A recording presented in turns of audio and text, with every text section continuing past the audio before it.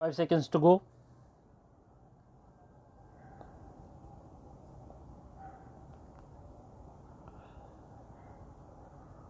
Start.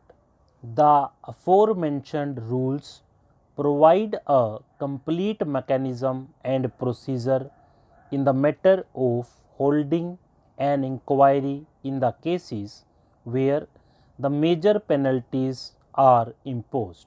Rule 7.3 provides that the charges framed shall be so precise and clear as to give sufficient indication to the charged government servant of the facts and circumstances against him, the proposed documentary evidences, and the name of the witnesses proposed to prove the same, along with oral evidence, if any, shall be mentioned in the charge sheet.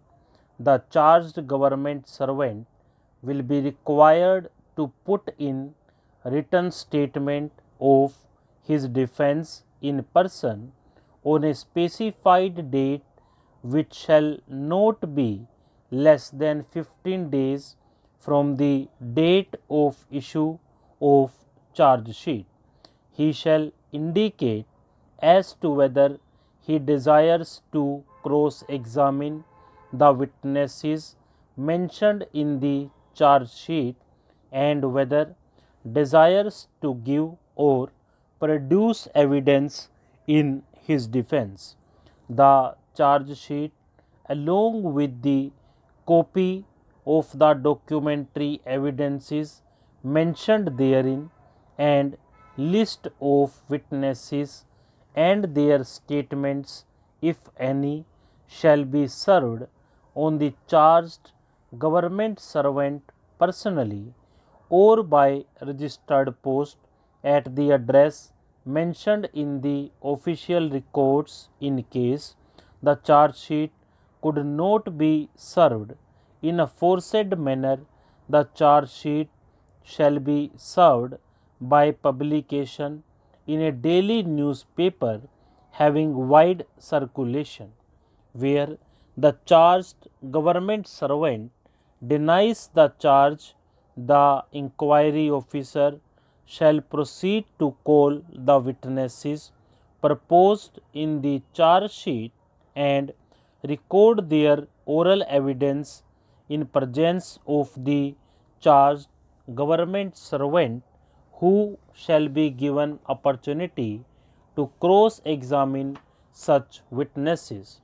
On failure of the charged government servant to appear on the date fixed in the inquiry or at any stage of the proceeding, in spite of the service of the notice on him, or having knowledge of the date, the inquiry officer shall proceed with the inquiry ex parte. In such a case, the inquiry officer shall record the statement of witnesses mentioned in the charge sheet in absence of the charged government servant.